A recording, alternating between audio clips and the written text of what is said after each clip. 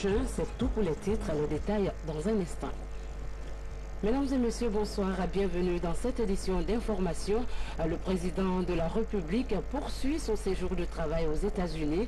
S'agissant des énergies renouvelables, le sujet a fait l'objet d'une réunion avec les acteurs de l'Union africaine.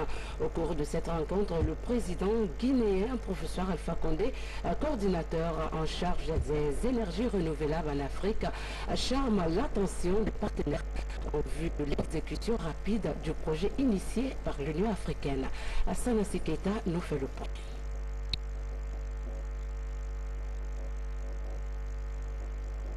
Le transport des énergies renouvelables en Afrique est déjà fonctionnel.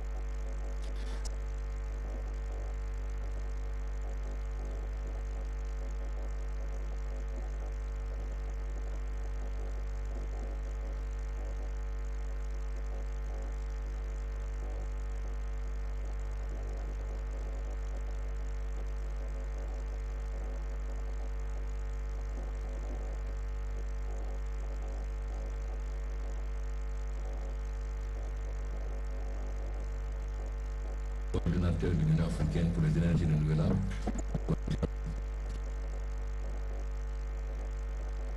J'ai dit ma nomination.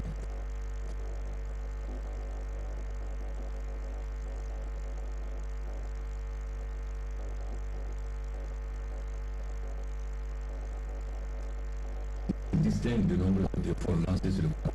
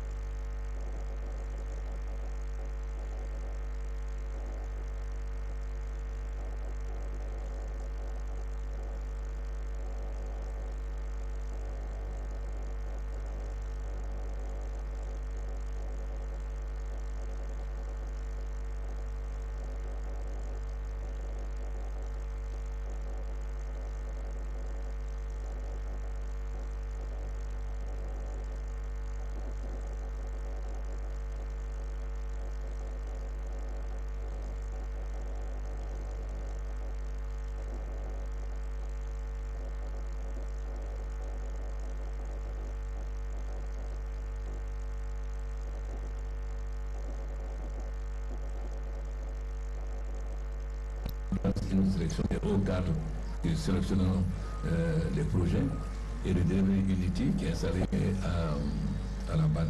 Donc, nous avons eu plusieurs réunions avec l'Union européenne. Une à Conakry, une autre de deux à Bruxelles, et nous sommes tombés d'accord donc sur la gouvernance.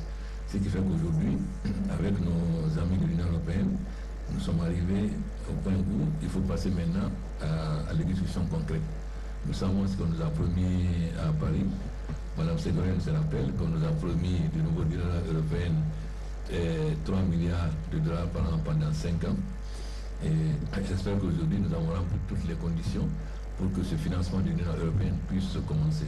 Le développement de l'énergie en Afrique permettra sans nul doute de générer des emplois, surtout pour les jeunes.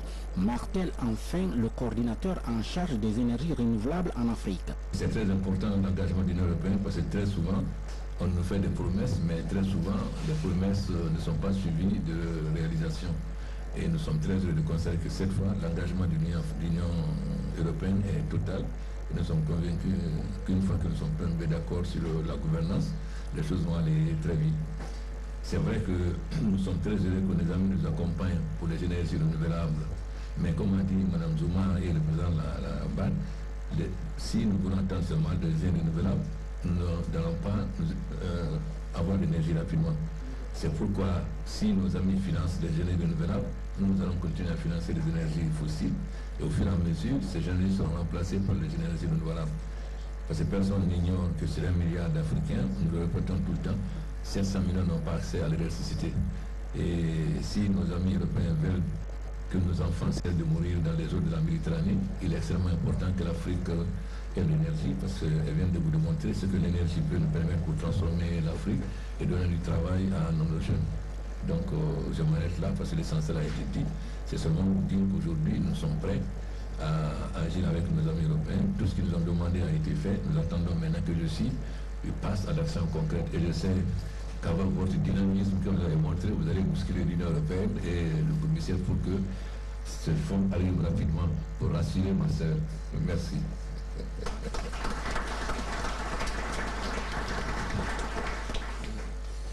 La présidente de la COP21 et le représentant de l'Union européenne ont tous deux manifesté leur joie de voir l'Afrique parler d'une seule voix concernant le développement des énergies renouvelables. Ces deux personnalités n'ont pas manqué d'exprimer leur volonté de tout mettre en œuvre pour faire en sorte que les annonces qui ont été faites pour soutenir cette initiative africaine soient réalisées dans les plus brefs délais, pour le plus grand bonheur des millions d'Africains qui continuent de végéter dans l'obscurité. Restons aux États-Unis où la Guinée vient de remettre officiellement les documents de ratification des accords de la COP 21 tenus lors de l'Assemblée générale de l'ONU tenue à Paris.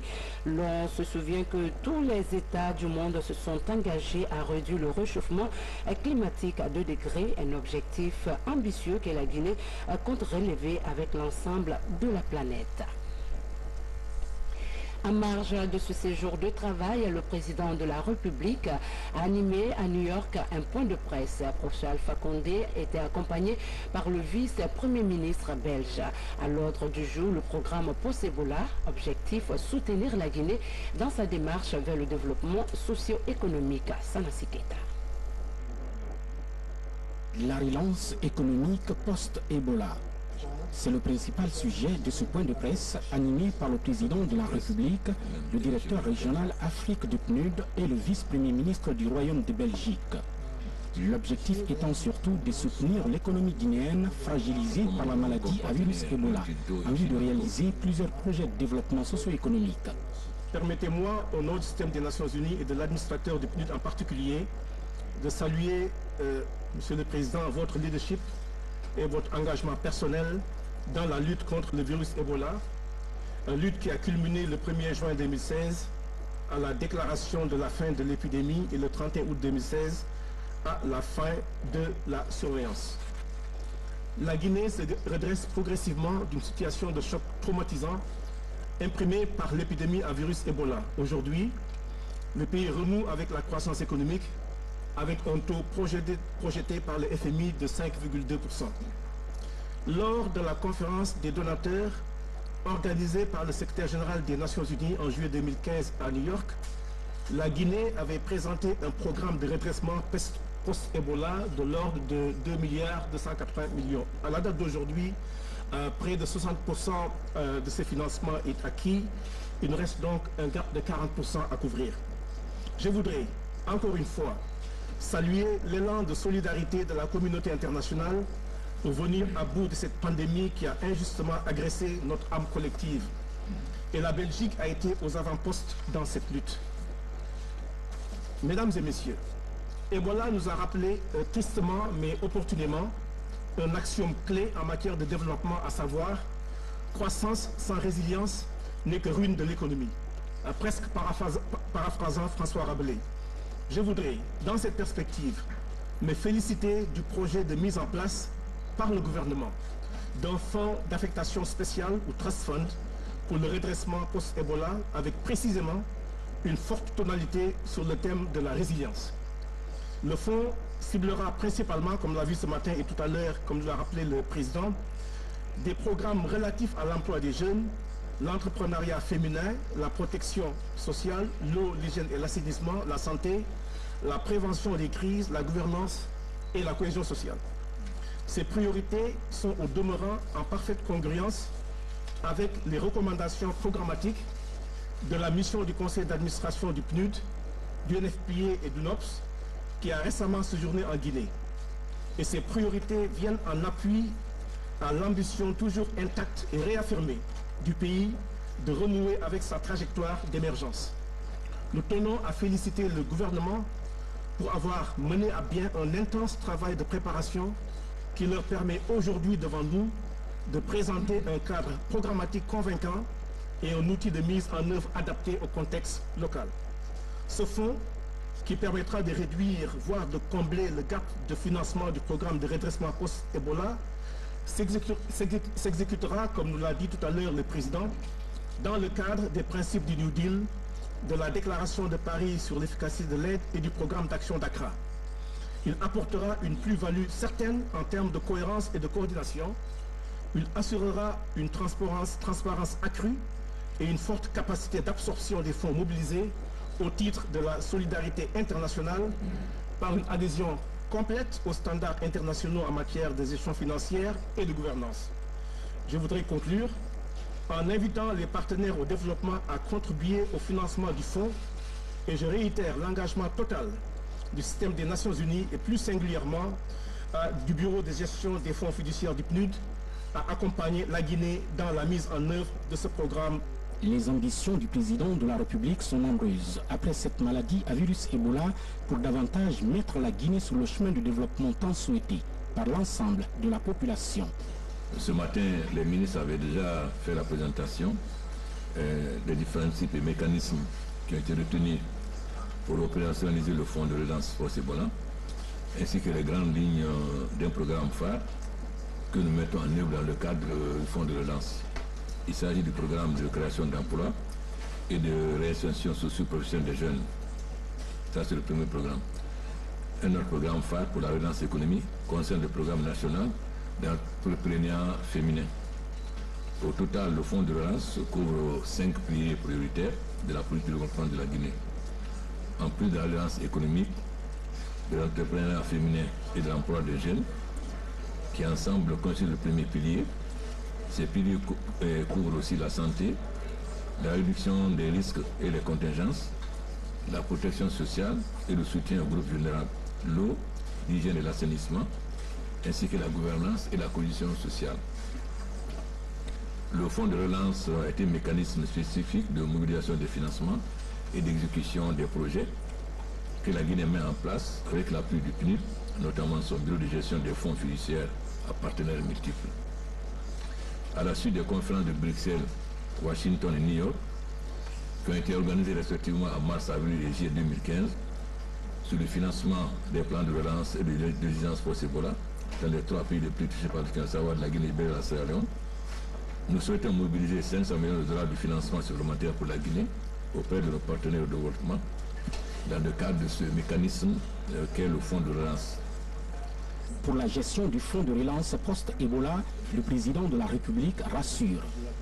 Le fonds de relance sera géré conformément aux principes de la déclaration de Paris sur l'efficacité de l'aide et ceux du New Deal, avec une gouvernance paritaire basée sur la responsabilité mutuelle du gouvernement et de ses partenaires de développement, par laquelle la Guinée s'approprie le leadership et la conduite des opérations, avec un comité de direction présidé par le ministre de l'économie et des finances et comprenant les représentants des systèmes des Nations Unies et des autres partenaires de développement.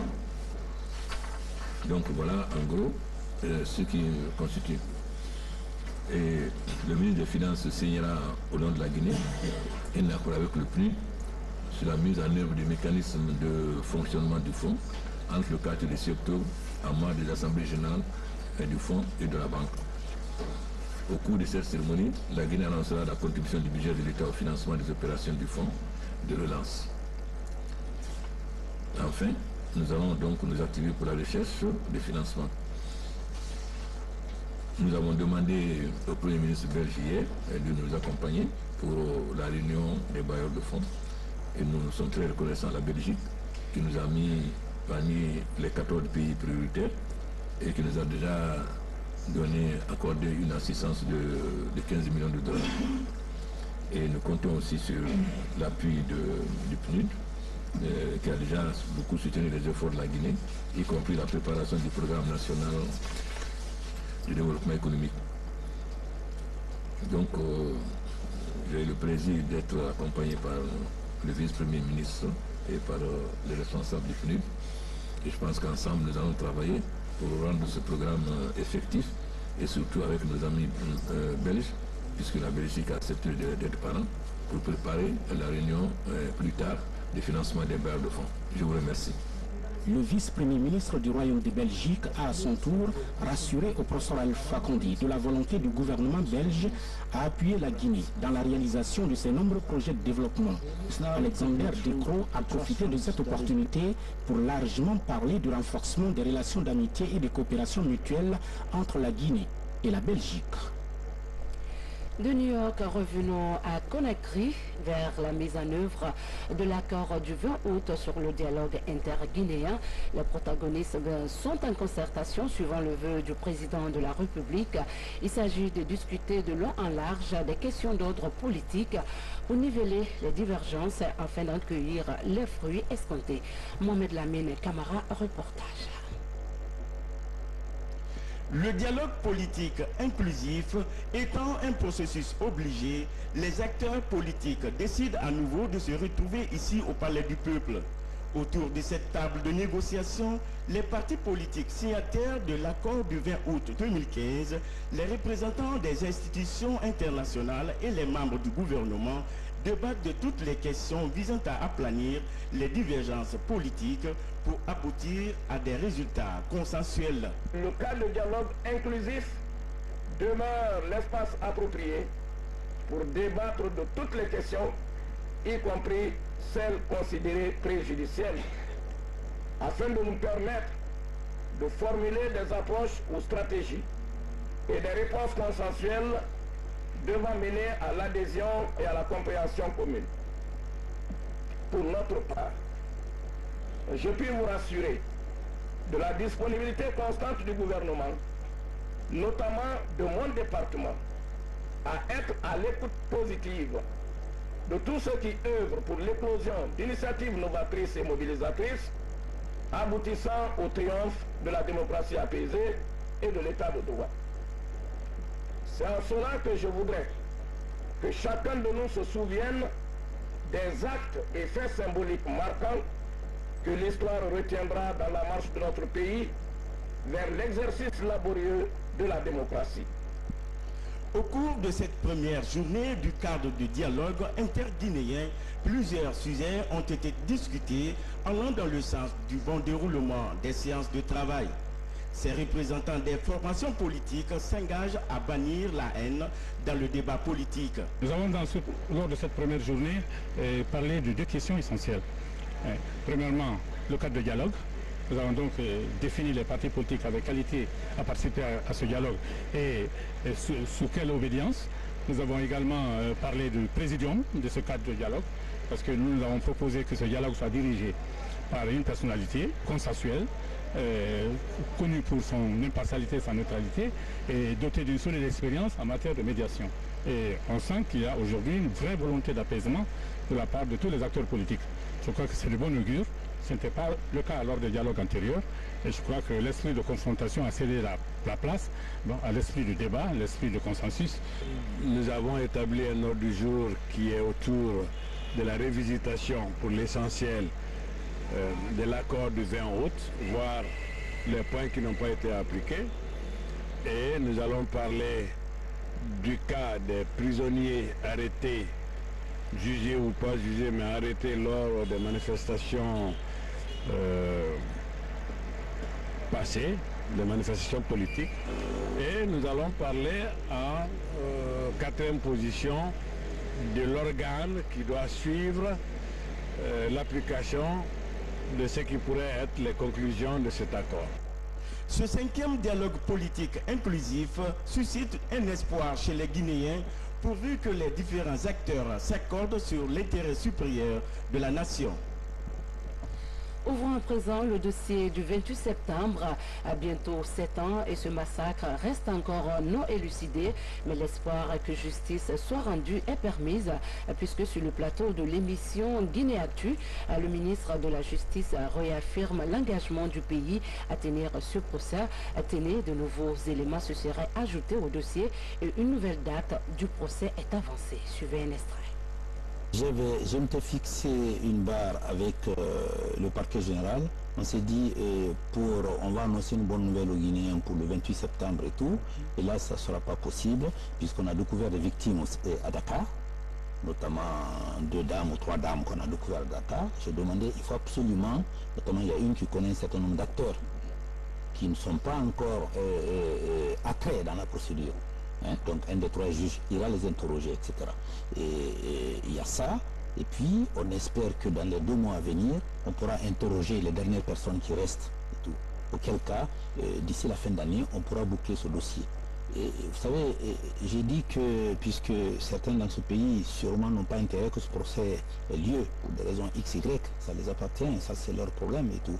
Mais on ne peut pas faire l'économie de ce procès. Si jamais la Guinée ne fait pas ce procès, c'est la CPI qui va récupérer ce procès. Et à juste titre. Et je serai le premier à applaudir. Mais comme pour l'instant, de toute façon, au visa de ce qui a été fait jusque-là, on peut faire ce procès-là, donc on y va.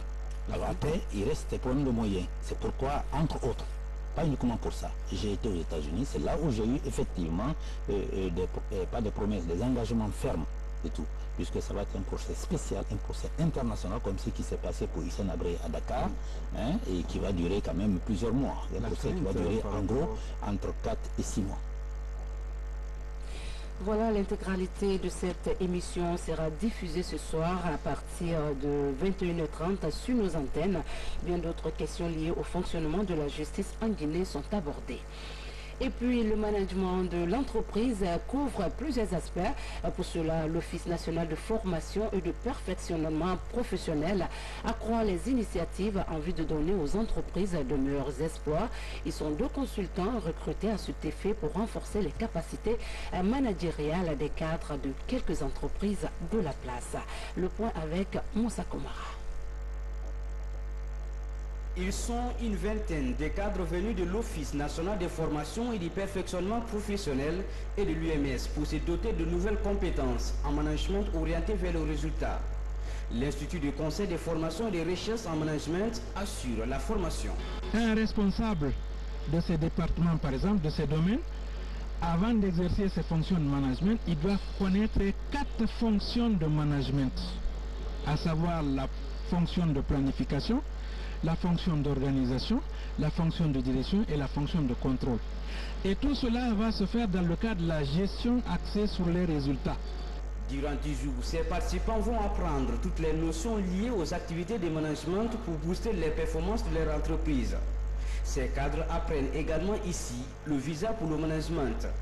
Ce nouveau concept pourrait permettre à ces 18 cadres d'être suffisamment outillés dans la gestion de leur équipe et leur propre personne pour beaucoup plus de résultats. Visa pour le management vise à former, je dirais, des managers, des senior managers, des directeurs à acquérir des compétences managériales complémentaires afin d'aider, je dirais, à une meilleure performance et de meilleurs résultats dans les entreprises. L'attente au terme de cette formation, c'est de voir que l'ensemble de nos managers de MTN Guinée soient effectivement à l'aise, hein, et très à l'aise dans la gestion des différentes équipes et qu'ils puissent les aider eux aussi, si je veux parler de leurs différentes équipes, à évoluer, à progresser.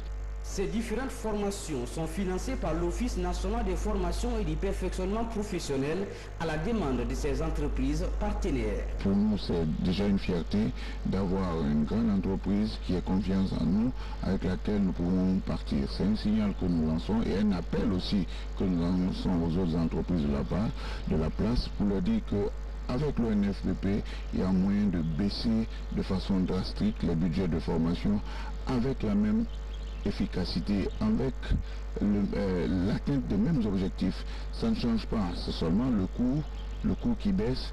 Et en matière de compétitivité, une entreprise ne demandera pas mieux que de baisser ses coûts et d'augmenter sa production ou sa productivité.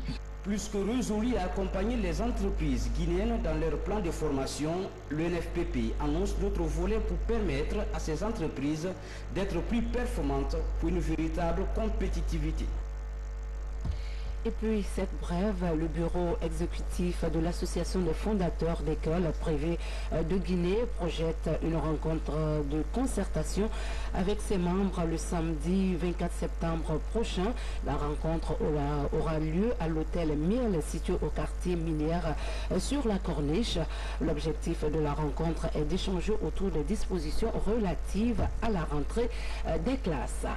Parlons du DIH, droit international humanitaire, un concept qui s'applique en temps de guerre.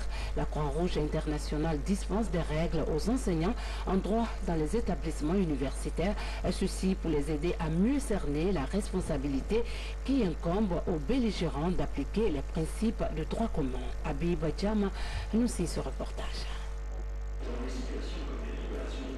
Dans ce conflit armé, le CICR s'est investi à tous les niveaux pour apporter son assistance aux personnes en détresse. Par ce acte, l'institution met en pratique la portée du droit international humanitaire. Depuis quelques années, la notion est inculquée aux enseignants des différentes universités du pays. Nous allons échanger sur des thèmes spécifiques du droit international humanitaire, les liens qui existent entre le droit international humanitaire et les droits de l'homme, la problématique de la répression des crimes internationaux, crimes de guerre, crimes de génocide, crimes contre l'humanité, et amener les professeurs eux-mêmes à s'impliquer dans le cadre de la mise en œuvre, donc soutenir les autorités nationales pour la mise en œuvre du droit international humanitaire en Guinée. Dans ce nouveau périple, une dizaine de professeurs et chefs de département sont appelés à affiner leurs connaissances en droit international humanitaire. De leur expérience dépendra celle des étudiants en sciences juridiques. Le CICR a estimé que dans le cadre de la diffusion du droit international humanitaire, qu'il était essentiel de réunir l'ensemble des enseignants qui participent à l'enseignement de cette matière dans les différentes universités de Conakry, mais aussi les chefs de département qui sont les responsables pédagogiques qui programment les enseignants afin qu'ils soient outillés sur non seulement les règles relatives au droit international humanitaire, mais aussi les modalités d'enseignement de secours. En ma qualité de futur magistrat, sûrement j'aurai des personnes en face de moi qui auront dû commettre des infractions d'ordre international. J'aurai à les juger. Donc je crois que c'est un renforcement de capacité pour moi aujourd'hui par rapport au DIH. Le concours de plaidoirie interuniversitaire est un des volets de ce programme. Le CICR collabore également de manière étroite avec les États partis pour la mise en œuvre de la Convention de Genève sur les droits de l'homme. Tout à fait autre chose, le Mali a célébré ce jeudi le 56e anniversaire de son accession à la souveraineté nationale. La communauté malienne résidant en Guinée s'est fortement mobilisée à la chancellerie de ce pays frère pour commémorer ensemble la fête nationale. Younous Atawel Camara. La communauté malienne vivant en Guinée s'est fortement mobilisée pour donner un cachet particulier à la fête de l'indépendance de la République du Mali. Une fête placée cette année sous le signe du renforcement de l'unité nationale et de la paix durable dans ce pays menacé par le mouvement djihadiste. Nous, Maliens, nous devons être un des piliers de l'intégration entre le Mali et la Guinée. Surtout en ces jours mémorables où on savait que l'indépendance a été obtenue par l'Union Mali, Guinée, Ghana. Notre pays a besoin de l'unité. Et l'unité, c'est de la base au sommet. La Guinée et le Mali ont été des pionniers du mouvement de l'indépendance en Afrique. En plus de ce fait historique, leurs peuples sont aussi liés par l'histoire et la géographie, d'où la nécessité de promouvoir la cohésion sociale entre Guinéens et Maliens. Ce que je demande à tous les Maliens, de s'entendre, de se comprendre, de laisser cette différence qui est entre eux, que je ne sais pas pourquoi. Tout le monde doit se comprendre et se réunir pour renforcer déjà l'entente et la cohésion entre le Malien en Guinée ici, et ensuite prier bon Dieu que la paix revienne dans notre pays. En dehors du fait que le Mali soit un pays ami à la Guinée, le Mali est avant tout un pays d'honneur pour le colonel Bala Samoa, pour avoir y passé 3 ans de formation. À l'occasion, je souhaite un joyeux anniversaire à tout le peuple malien, présenter les condoléances aux différentes familles qui ont perdu les soldats pendant ces différentes attaques, que ce soit côté guinéen ou côté malien. Plusieurs activités sont prévues par le Conseil des Maliens en Guinée en collaboration avec l'ambassade du Mali à Conakry. Il s'agit notamment de la prestation des artistes et la lecture du Saint-Coran en vue d'implorer la grâce divine pour la quiétude sociale au Mali. Dans l'actualité également, il se tient présentement dans le monde la semaine de prévention des accidents domestiques. Elle est consacrée à la population des personnes et de leurs biens, mais également à la prévention contre tous les risques. En Guinée, elle est célébrée sous les auspices de Veolia en partenariat avec l'électricité de Guinée. Nabi Camara prépare aux festivités. Dans le cadre de la Semaine mondiale de prévention des accidents, le comité Santé, Sécurité, Environnement de EDG a initié 3 activités sur le thème des 3 couleurs de notre pays, rouge, jaune, vert. La première s'est déroulée au siège de EDG dans la cité Chemin de Fer. Elle a porté sur la simulation des secours à une victime d'électrocution et l'extinction d'un incendie par les sapeurs-pompiers de Kaloum. Une opération suivie par plusieurs cadres et techniciens de l'EDG. Nous, nos actions, la première action de secours à victime, c'est-à-dire la vie est prioritaire par rapport au matériel. Donc quand il y a un problème, on cherche à sauver la vie. Quand on finit de sauver la vie, ensuite on va sur le matériel. Cela permet de façon dense, d'une manière ludique, de sensibiliser tous les agents de DG, qui sont également des citoyens, puisque c'est les situations que nous présentons, ou les conférences que nous allons donner, soit sur la prévention des accidents ou sur la santé, touchent chaque citoyen guinéen à son quotidien. Après cette démonstration de secours à victimes par la protection civile, les techniciens de EDG se sont retrouvés à la centrale de Kaloum et à leur service distribution à Koléa. C'était pour suivre des séances d'information et de sensibilisation sur l'hypertension artérielle dans le milieu du travail. Nous ne pouvons que les appuyer, les remercier pour que ces initiatives soient continuelles, parce que vous le savez, l'état de santé des travailleurs doit être un souci majeur pour la direction des ressources humaines. Ça y va dans l'intérêt de l'entreprise. C'est pourquoi la protection des travailleurs reste la préoccupation de EDG, dont l'ambition est d'être la meilleure entreprise du pays. Les forces de sécurité du kilomètre 36 ont effectué une saisie de plus d'une tonne de chanvre indien à Koya. Par ailleurs, à Bawa, district de Kouria, c'est dans la préfecture de Dubrika, 2 présumés bandits coupeurs de route ont été interceptés par les forces de la gendarmerie munis des armes de guerre. Le condensé avec le lieutenant Fodé Aboubakar Bangoura. C'est dans cette camionnette immatriculée RC 3762 AG en provenance de Forcaria qu'une tonne et 335 kg de chanvre indien étaient dissimulés. Grâce aux efforts des services de sécurité mixte du barrage de kilomètre 66 de Koya, ces présumés trafiquants ont été repérés et arrêtés. Ces bagages n'eût été la vigilance de mes agents, ça ne sera pas facile. Puisque tout était cassé dans une antichambre, c'est-à-dire une carrosserie dans une carrosserie. Tout était dans ça. Et il a fallu qu'on dévise pour retrouver cette quantité. Ces 2 auteurs présumés bandits sont des coupeurs de route. Ils ont été interpellés par la gendarmerie nationale sur la route de Bawa, préfecture de Dubrika, munis de 3 PMK. Je ne connais pas ce qui est dans les valises. Le chauffeur est là. On l'a donné le chauffeur. Le chauffeur a donné les gardes 5 000 francs. Le garde a dit non, c'est 10 000. Les jeunes là, elle a pris 5 000, elle a augmenté, elle a donné les gardes. Le garde a pris les 10 000, il dit non, il faut on fouille la bagage. Les jeunes à côté, elle a descendu directement. Elle a descendu directement, elle est inclinée, elle est partie. Moi, je restais à mon place. Ils ont fouillé, ils ont descendu sa sac, ça trouvait, il y a des armes là-bas. Et directement, le chauffeur a signalé, c'est moi avec les jeunes qui est en train de causer. C'est comme ça l'action est passée. Les bandits qu'on a arrêtés partaient à Bouquet pour braquer un commerçant qui venait à Conakry acheter des marchandises. Mais Dieu aidant, grâce à la vigilance de certains de nos agents postés au barrage de Bawa, on a pu mettre main sur eux. Pour l'heure, la gendarmerie de kilomètre 36 s'active sur le terrain. Quant aux présumés auteurs, ils sont maintenus dans les locaux disciplinaires de cette unité pour la suite des enquêtes. Comme annoncé au sommaire, à partir du 11 octobre prochain, la capitale guinéenne abritera le congrès électif de la Confédération africaine de handball. Plus d'une 50aine de pays sont attendus à ce rendez-vous continental. Une consécration pour le handball guinéen. Ibrahima Sori Fofana pour les détails.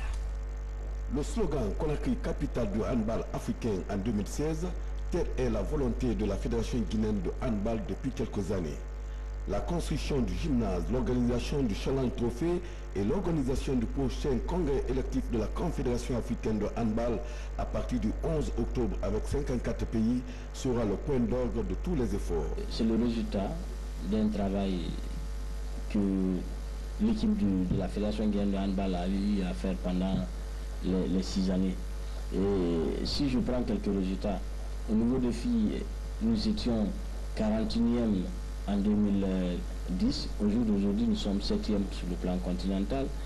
Au niveau des garçons, on était 43e. Aujourd'hui, nous sommes 13e. Donc, c'est un travail bien fait à la base par des techniciens qui a fait qu'aujourd'hui, nous méritons la confiance de la Confédération africaine de handball. Pour s'assurer des dispositions prises pour la tenue de ce congrès qui est placé sous la présence d'honneur de la Fédération internationale, le président de la Confédération était récemment à Conakry. Je compte sur le soutien de tout le peuple de Guinée. Parce que quand on parle du congrès, on ne parle pas de la Fédération guinéenne de handball seulement. Parce qu'il y aura toute l'Afrique qui sera là. J'attends le soutien massif et surtout les fédérations parce que une fois, les fédérations nous ont prouvé pendant qu'on organisait le trophée Challenge ici, ils étaient là comme si c'était leur compétition. Pour ce congrès aussi, je pense qu'ils seront là. C'est une affaire de tous. Après Alger en 2014, la Guinée participera pour la 2e fois à la Coupe d'Afrique des Nations de handball en série féminine prévue au mois de novembre prochain en Angola. Ainsi s'achève cette édition. Merci d'avoir été des nôtres.